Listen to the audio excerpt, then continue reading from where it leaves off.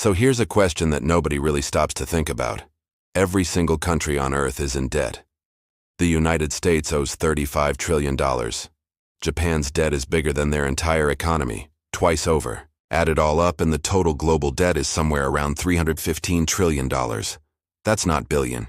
That's trillion, with a T. But wait. If every country owes money, who exactly are they paying?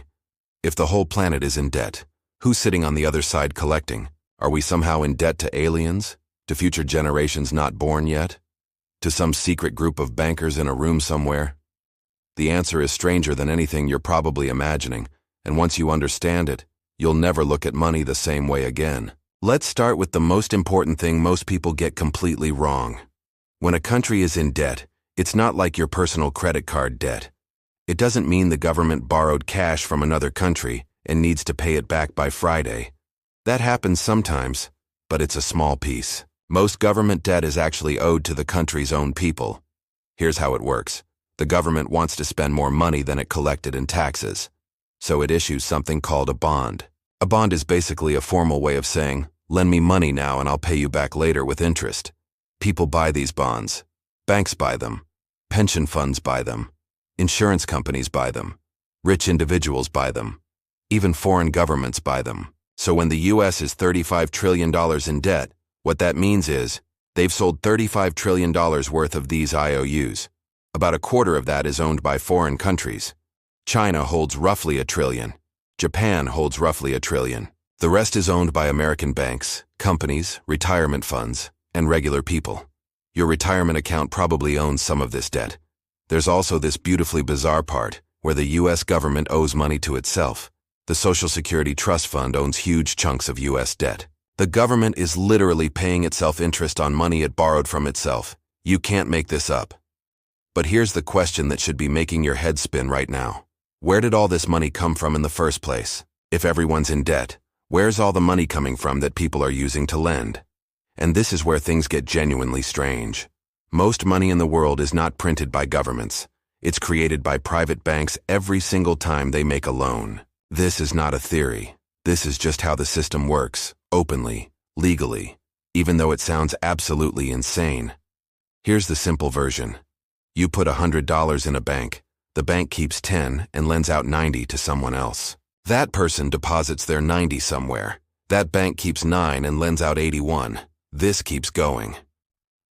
Your original $100 has now become nearly $1,000 floating around in the system.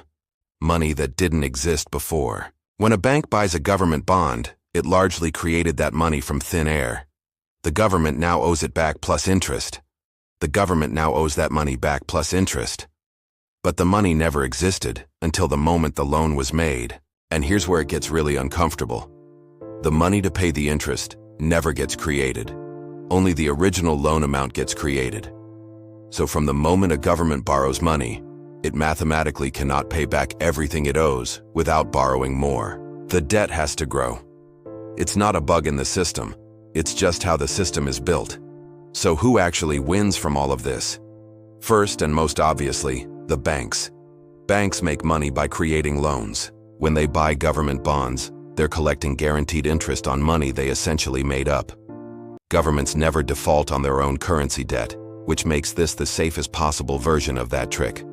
Banks love this business. Second, wealthy individuals and big institutions. If you have money sitting around, government bonds are a beautiful deal. Safe, reliable, paid back with interest funded by everyone's taxes. The more bonds you own, the more interest you collect every single year without doing a single thing. Regular people pay taxes. That money goes to paying interest. Bondholders collect. It's a quiet, perfectly legal transfer of money from ordinary workers. Third, foreign governments. China owns about $1 trillion of American debt. Japan owns about $1 trillion. Why would they do this? Partly because US bonds are genuinely safe, but also because if you own $1 trillion of someone's debt, you have influence, you have leverage. Owning debt is a form of power. Fourth, and this one surprises people, the central banks. The US Federal Reserve owns enormous amounts of American government debt. It bought all of this through a process called quantitative easing, a professional-sounding name for creating new money and using it to buy bonds. The government sells bonds. The Fed buys them with money it created. The government pays interest to the Fed. The Fed sends it back.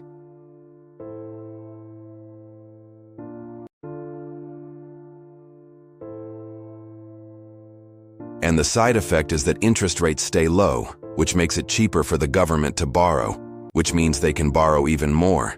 The machine feeds itself. Fifth, politicians.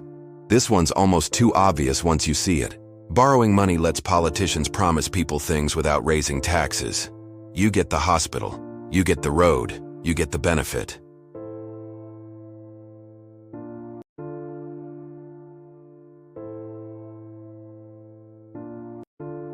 The pain arrives after they're long gone. It is, if you think about it coldly, a fairly genius way to win elections.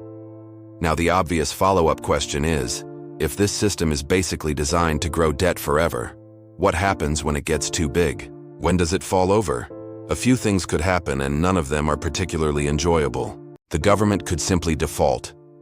Say we can't pay, we're done. This has happened to countries throughout history. Argentina has done it multiple times. Russia did it in 1998.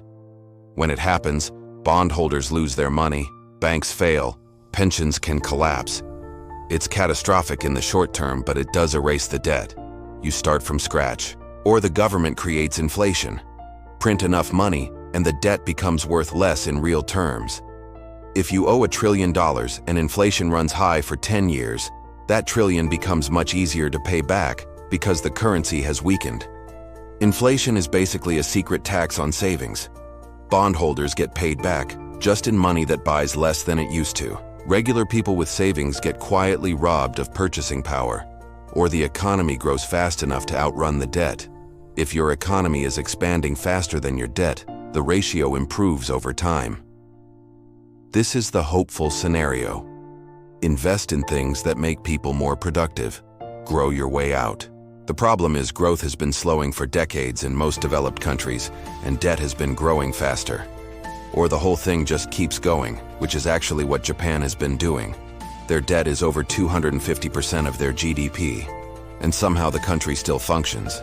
The central bank buys the bonds. Interest rates stay near zero.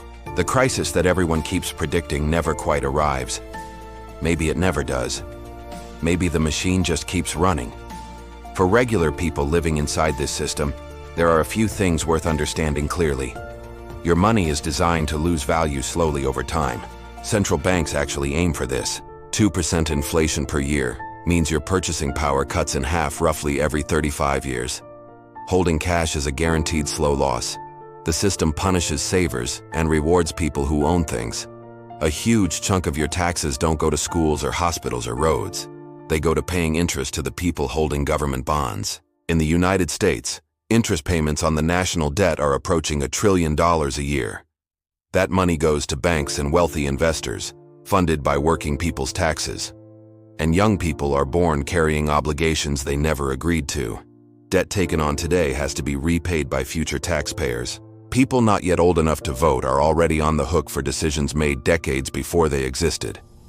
So when you ask who countries are in debt to, the real answer is this: banks, wealthy individuals, pension funds, foreign governments, central banks.